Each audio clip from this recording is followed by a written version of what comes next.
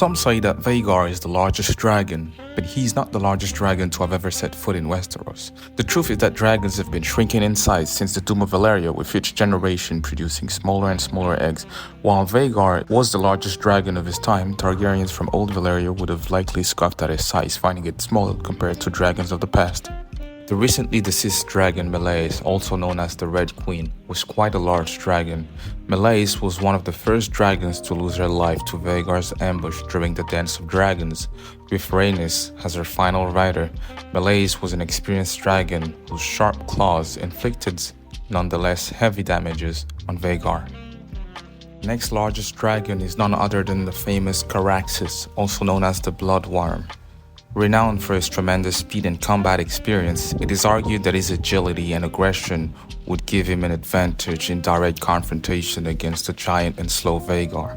However, in fluid combat scenarios, like the one between Meleys and Vhagar, Vhagar's deadly ambushes could prove more efficient, as it has a success rate of 100% against Meleys and Arrax. Next in line is Drogon, the most fascinating dragon in my opinion. In Season 8 of Game of Thrones, Drogon, the last surviving dragon of Daenerys Targaryen, is about as tall as Caraxes, but at only 7 years old. He's not yet 100 years old. We can only imagine how big he will become at 100 years old, which is considered the prime age for most dragons.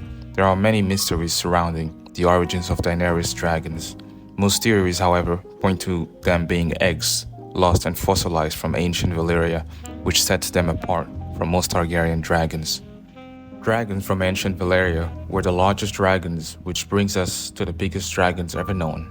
Vhagar is the third largest dragon ever known. First ridden by Aegon the Conqueror's sister, Visenya Targaryen, Vhagar contributed greatly to both the success and eventual downfall of the Targaryens over time.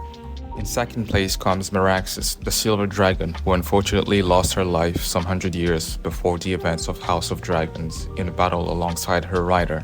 Meraxes was known to be larger than Vhagar, ridden by Aegon the Conqueror's sister, Rhaenys Targaryen. In first place comes none other than the giant beast Balerion, also known as the Black Dread. Balerion was the biggest dragon to set foot in Westeros and had none other than Aegon the Conqueror himself as his first rider. Balerion was so massive that most kings in Westeros bent the knee without shedding blood. But there were definitely bigger dragons than Balerion. Little is known about ancient Valyria, but one thing is certain: the Targaryens were a noble family among many in the Kingdom of Valyria.